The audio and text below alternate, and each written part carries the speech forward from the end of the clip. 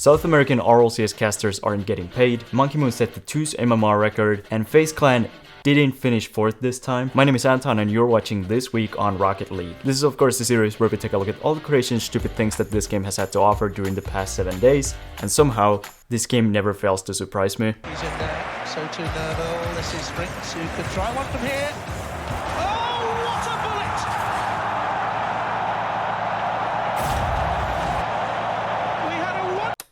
But now let's check out what's been happening this week. A South American RLCS caster, LuchoCernello, came out with a tweet longer saying that for the past 3 years that he has casted RLCS games, he has never received payment for it. If you don't know, Rocket Street is a South American esports company that organizes tournaments in Latin America. They also organize the Spanish language streams for RLCS, for which they get money from Psyonix. The current head of Rocket Street apparently keeps promising the casters pay and a detailed spreadsheet of Rocket Street's income, but so far only some of the casters have been paid and the spreadsheet is nowhere to be seen. And as a result of this, what he perceives as totally dishonest behavior, Lucho has decided to step down from casting at Rocket Street. People not getting paid in esports is sadly one of those storylines that just keeps popping up. I mean, not getting paid for 3 years is crazy. Lucho said he doesn't really need the money, but that he also doesn't speak for all the casters. I mean, this is just unacceptable, and I hope the other casters apply a bit more pressure to the higher-ups to do their jobs properly. But in happier news, after being put on pause due to a lack of sponsors a couple weeks back, Women's Carball League has now been acquired by G1. The competition will be relaunching on March 18th and will now also include a player development program, a player profile content series, and a LAN World Championship. The popularity for the league was at an all-time high, so it's good to see it come back, and hopefully G1 is also able to keep their promises. Over in the RLCS, there was some beef in Asia Pacific after Shift came out with an article saying that Detonator had mixed feelings about Elevate joining the region and saying that they only stay in APAC during RLCS. Elevate Pro Kamii then responded to this on Twitter, explaining that they only left for home to celebrate holidays with their families, and now with an org backing them, they are able to stay in APAC for longer without problems. A lot of people were comparing them to the NA pros moving to SSA for a free vacation, which just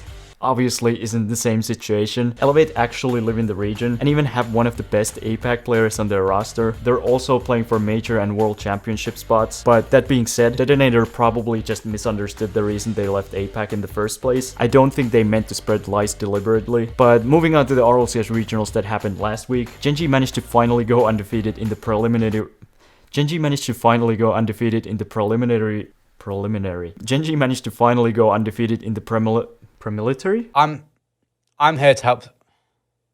I'm joining to help get the top performing players.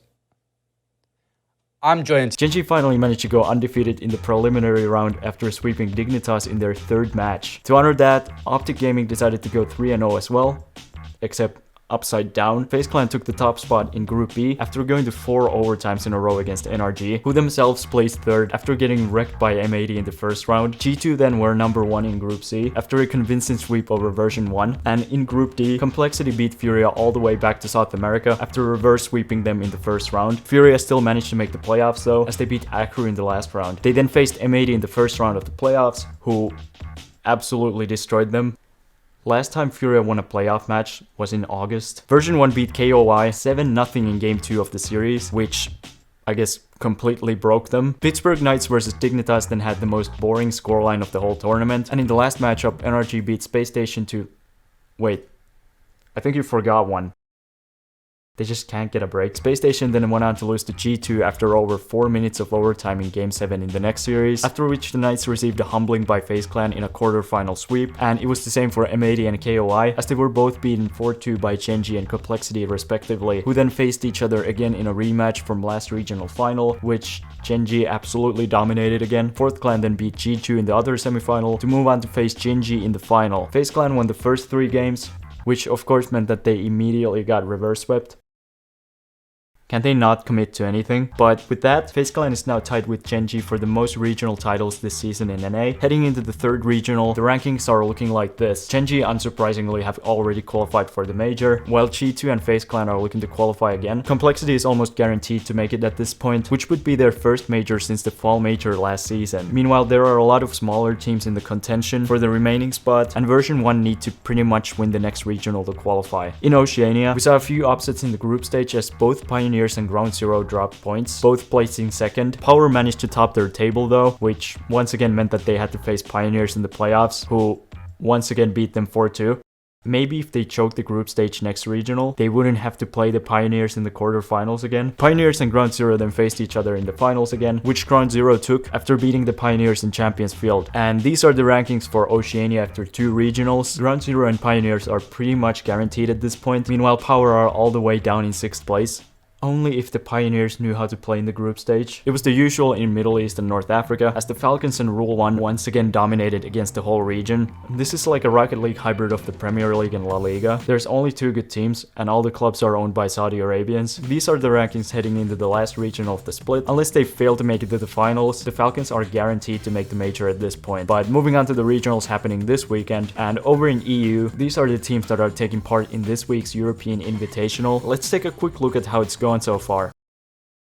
I'm sorry, what? These are the teams taking part in this week's South American Regional. Ninjas in Pajamas are of course already out of the major qualification, despite probably being the most hyped team in the region before this split. Whoever makes it the farthest between Elevate and Gladiators will be making it to the Winter Major in April, and over in the American College Spring Break League, Limitless will once again beat all of these guys. Moving on to other esports news, Monkey Moon broke the 2's MMR record this week ahead of the last Winter Regional with a rating of 2607, which is kinda impressive, I guess, but it will never beat my GOAT, wintrade.sk on TikTok. But now it's time for Clip of the Week, now in affiliation with NordVPN. Each week you guys submit your clips to the AntonTheKicker Discord, the top 5 are then voted on by the members, and have a chance at winning 1000 credits. So if you want to submit your own clips or influence who makes the top 5 for one of these videos, you can do so on my Discord server, link in the description. Congrats to Bad Kiduda for winning last week's contest, but before we reveal the top 5, let's look at some honorable mentions. Flosee hit this super clean ceiling shot double tap in an SSA 6-man's match.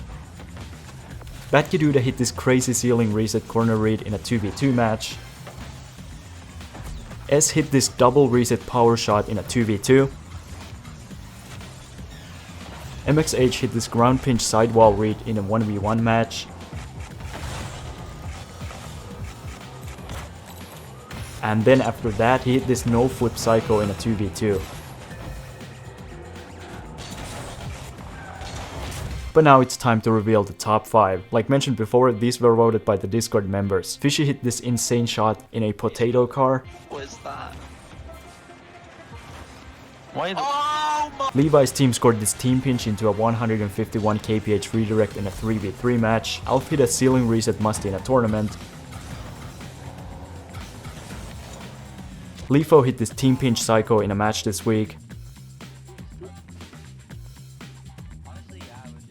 And last but not least, Mega765 hit this ceiling pinch double tap in a 2v2. And that's the top 5. As always, there will be a YouTube poll on the channel. The person with the most votes after 24 hours wins 1000 credits. NordVPN gives you access to over 5400 servers across 60 different countries around the world. Can't watch your favorite Netflix show in your current location? Well, it only takes one click to change that. Look, now I'm in Canada, eh? I myself have been using NordVPN for a while now, and I truly believe it's a great product. And that's why I've teamed up with NordVPN to get you a discount plus 1 month free on your 2-year plan. Just go to nordvpn.com/AntonTheKicker or use the link at the top of the description. A VPN is just one of the essentials for any internet user these days, and using the link in the description would really help out the channel as well. But that's it for this week's episode. Hope you enjoyed it. As always, we're back here with Anton around the world. Energetic Zero Oak 32, Jesus Christ, that's a mouthful. He said, I have more subs than his city in Brazil, which is São Joaquim, if it's pronounced like that, I don't know. So shout out to São Joaquim. And then next we had Sea Empire, who wants us to check out Malaysia. So right now I have 29.8 thousand subscribers, and as soon as I reach 30,000, I'm gonna do a stream. So if you want to see me be bad at Rocket League, please hit that subscribe button. But for cities in Malaysia, I would be Sarike. And if I become Bidur, I'm gonna do a stream. So keep that in mind. Become a member. Once I do the stream, I think I want to play against some of you guys. And I'm gonna be picking them from the members. If you're not a member yet and you're interested, join here. Join the exclusive member chat in Discord. You will also get a member shoutout at the end of videos like this. But besides that, I hope you guys have a great day. I'm just gonna spend my whole day editing this. I'll see you guys later. Bye.